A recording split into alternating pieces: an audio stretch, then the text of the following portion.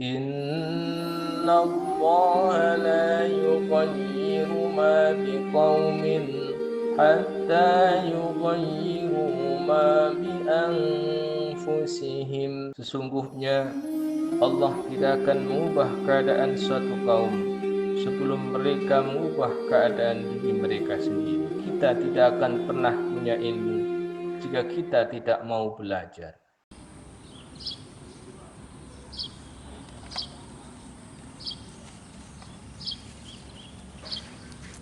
Assalamualaikum warahmatullahi wabarakatuh. A'udzubillahi minasyaitonirrajim. Bismillahirrahmanirrahim. Alhamdulillahirabbil alamin wa kafa wassalatu wassalamu ala nabil mustofa wa ala alihi wa ashabi ahli sidqi wal wafa. Subhanaka la ilma lana illa ma 'allamtana innaka antal alimul hakim. Rabbi shrahli sadri wa yassirli amri wahlul 'uqdatam min lisani yafqahu qawli. Amma ba'da. Anak-anakku kelas 8 yang berbahagia di mana saja kalian berada. Hari ini adalah pertemuan kita dalam konten edukasi kajian agama bersama Pak Nur. Sejarah Islam ada di Sanubari. Mungkin anak-anak bertanya, kenapa sih kita harus belajar sejarah? Untuk apa sejarah dipelajari? Ingat bahwa hidup adalah perjalanan yang panjang,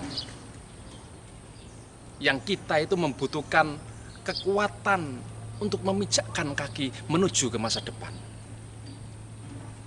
Nah, hal semacam itu tanpa ditopang pengalaman masa-masa lampau, kita tidak mungkin mampu menyongsong masa depan yang lebih baik. Experience is the best teacher. Pengalaman adalah guru yang terbaik. Nah, pengalaman masa lampau itulah yang dinamakan dengan sejarah. Maka dari itu, jangan pernah bosan belajar sejarah. Bangsa yang kuat adalah bangsa yang menghargai sejarah. Supaya apa? Supaya di masa depan tidak bingung menghadapi masalah-masalah yang baru. Karena tidak menutup kemungkinan bahwa masa lalu bisa terulang di masa depan kalau menghadapi masalah dan situasi yang sama. Untuk pembelajaran sejarah, kitab panduan yang akan kita pakai adalah Kholashoh Nurul Yakin Juz 2. Tolong dibaca ya, Kholashoh Nurul Yakin. Tidak hanya sekedar melihat covernya saja ya. Ini menerangkan tentang sejarah Nabi Muhammad setelah beliau hijrah ke Madinah sampai beliau wafat. Dalam 1 tahun ini yang dibahas itu berbeda dengan pembahasan-pembahasan sebelumnya. Kalau Nabi sebelum hijrah itu titik tekannya adalah hablum minallah, hubungan manusia dengan Allah, dasar tauhid yang diperkuat. Tapi setelah beliau hijrah ke Madinah, yang diperkuat tidak hanya hablum minallah, hubungan vertikal bersama Allah, tapi juga hablum minannas. Urusan sosial mulai dibenahi, urusan politik mulai dibenahi.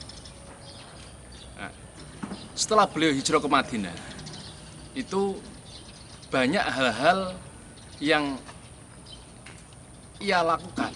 Pertama, pembangunan Masjid Nabawi untuk tempat strategi bagaimana politik supaya Islam itu lebih baik.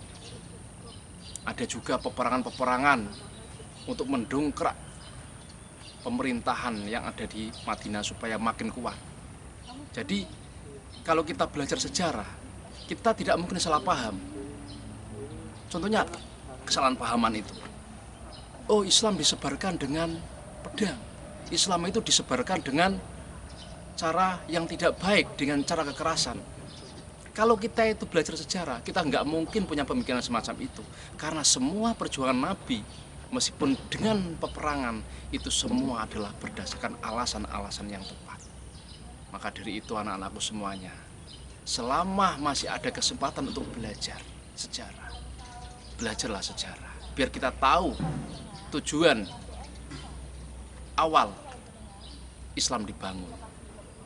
Bukan dari peperangan, bukan dari kekerasan, tapi semua itu karena diawali oleh sesuatu hal. Untuk itu, terus belajar. Jangan pernah takut belajar.